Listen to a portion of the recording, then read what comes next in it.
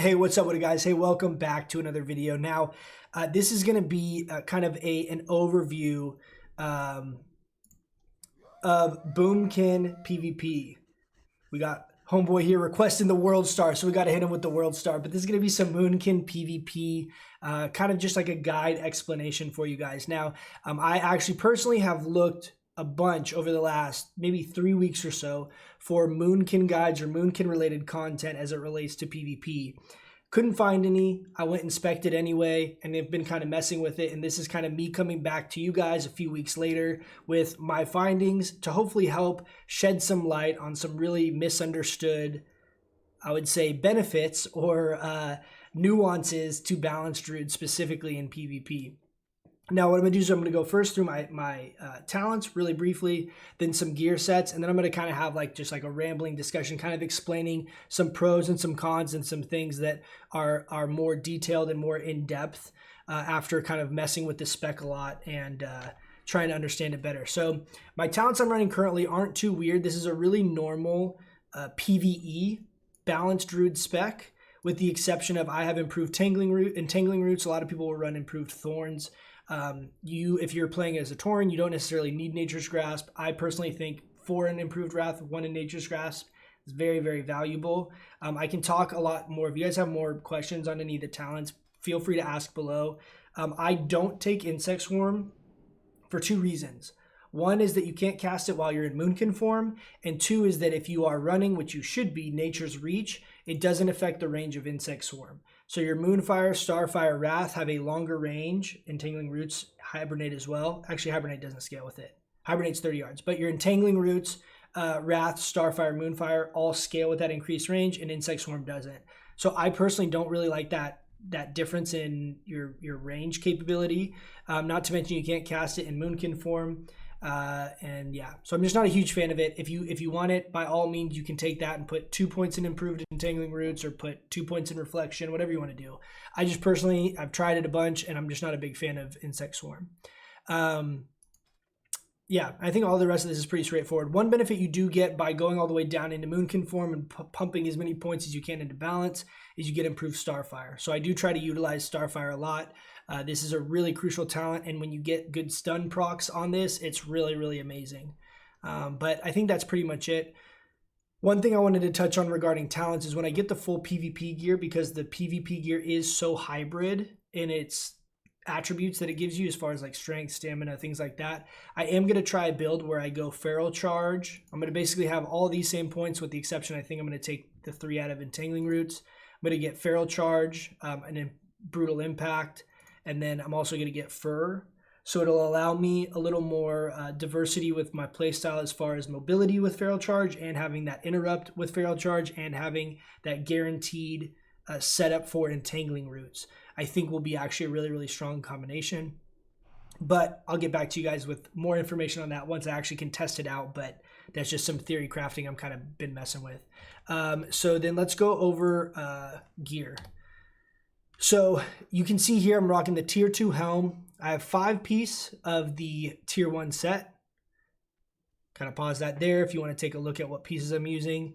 I have the Sergeant's Cloak, which is a really, really good defensive cloak, and I'll kind of explain more why here in a second. I have Banthox Sash and Star of Mystaria. These are the only 2% hit items that we can get as of right now, as of phase 2.5, whatever phase you want to call this that is out, with AV releasing yesterday. And then boots, I have Water Sprout boots. You could use Boots of the Shrieker, whatever. Rings, kind of up to you as well. I'm using the Onyxia Head ring as well as the Heavy Dark Iron ring. Main reason being is these give you a lot of raw stats, and then the armor scaling from this scales really well into Moonkin form. Trinkets are kind of flex pick. You can use whatever you want. I have all kinds of engineering trinkets. A lot of them are in the bank right now. And then I have Rod of the Ogre Magi.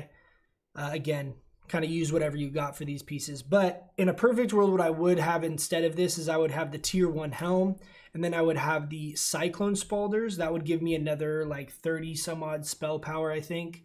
So it would make me a little more offensive. You can also switch out these rings for the rings that have just straight damage on them if you want, and get up to around probably 150 spell damage with this setup.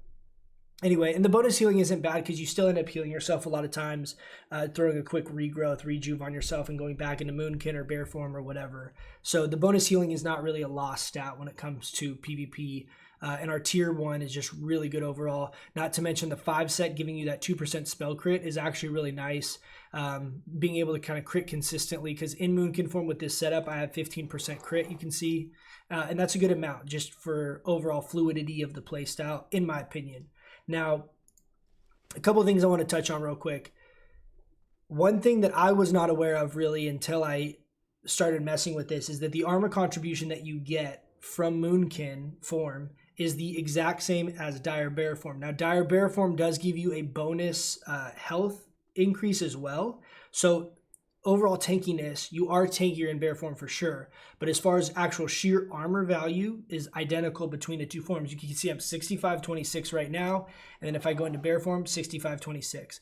My armor is identical. The armor doesn't change. So you can think of it kind of in this way, kind of helping to realize the value of going full balance, is that you have a defensive form if you get jumped, allowing you all of your offensive and utility capabilities with the exception of 2 abilities, and that is Decurse and Abolish Poison.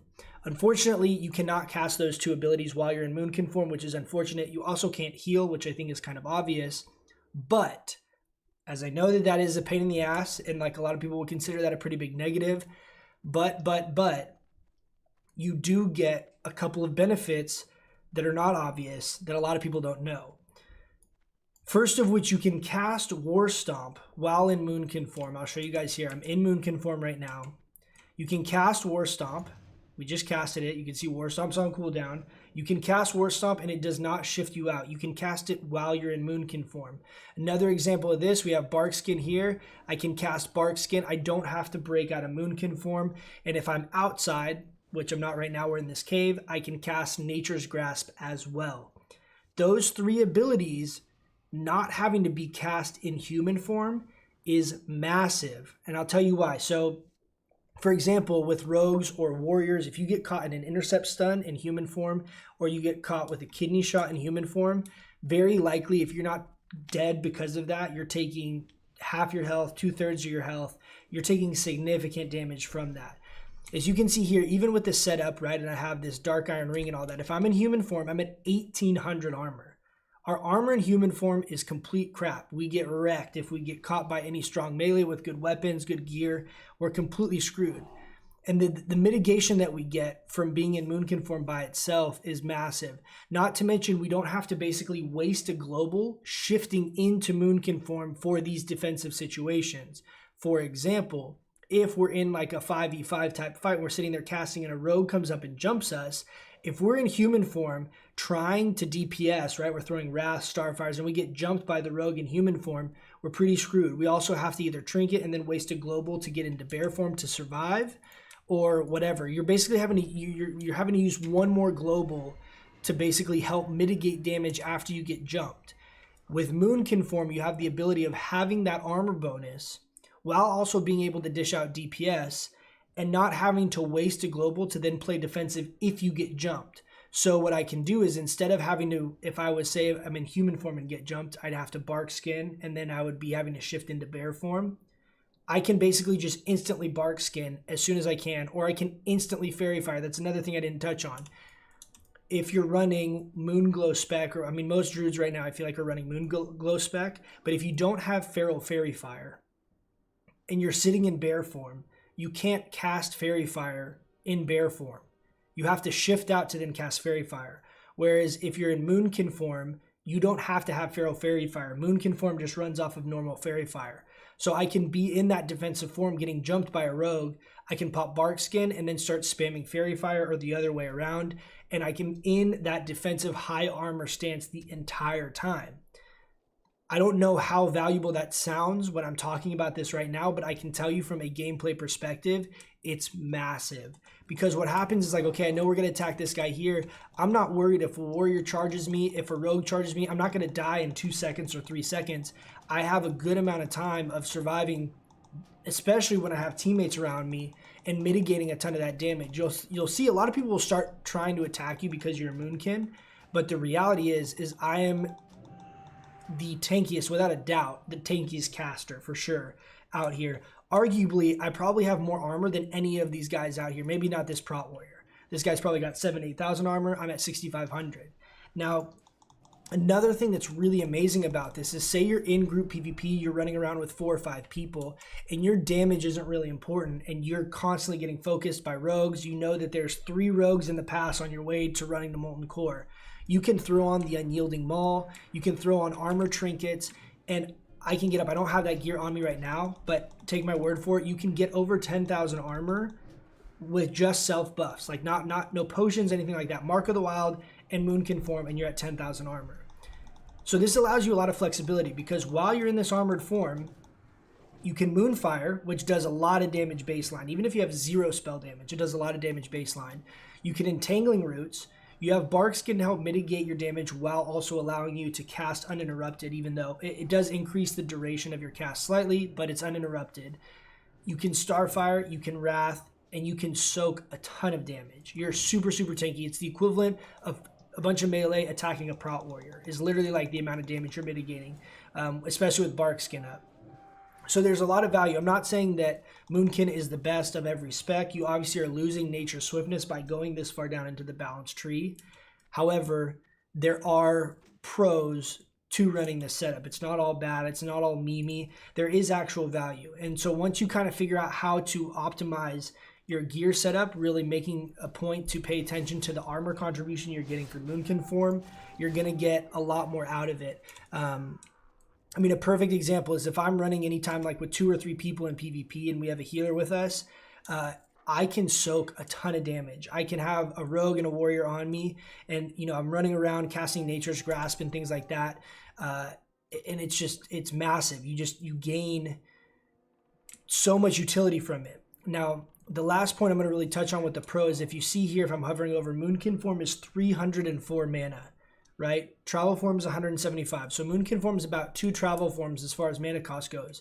But bear form is 479, right? So Moonkin is substantially less mana than bear form.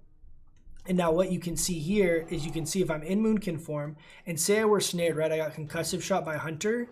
I have it macroed. So you see there's a little cloud right there. I don't know if the audio is picking up, but you can see my global cooldown. So I'm recasting Moonkin. I'm power shifting right now in Moonkin form. And what this does is it allows me to stay really defensive. I have all the armor contribution during this whole time, as well as removing snares.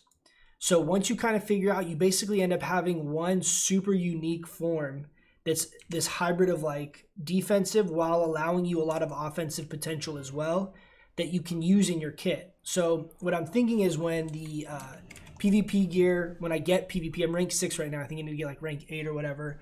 But when I get access to the PvP gear, I'm going to basically be trying to have a full set of that and get as much spell damage as I can and go that hybrid Feral Charge, Moonkin form type combination. It sounds really weird and stupid and unorthodox if you're just talking about it, but from all the kind of thinking and theory crafting that I've done thus far, I think it's actually going to be really effective in PvP. We'll see. I could be wrong on that, but I am going to definitely be trying that out. It's probably going to take me like 2 weeks from now, a week and a half, 2 weeks from now, to get that gear set. We'll see how long these AV farms take us to get up there rank wise. But anyway, I want to just kind of point some of those things out. Hopefully this kind of sparks some more video content for Boomkin PvP stuff, because I've seen nothing. And I'm the kind of person literally every day getting ready to go to bed, and I'm looking to see if there's any new posts, trying to kind of keep up with what's going on. And I'm seeing nothing as relates to PvP and Moonkin. So hopefully this gets a couple of you guys started out there making some content, because I think this is a really, really fun spec. I am loving it for PvP. And I'm intending pretty soon here to switch to strictly PvP build and try some of that stuff out. So with that being said, I don't want to make this too long. Let me know if you guys have any questions below. I will be posting more here in the next couple weeks, so keep a lookout for that. Comment, rate, subscribe, and I'll catch you guys in the next one. See ya.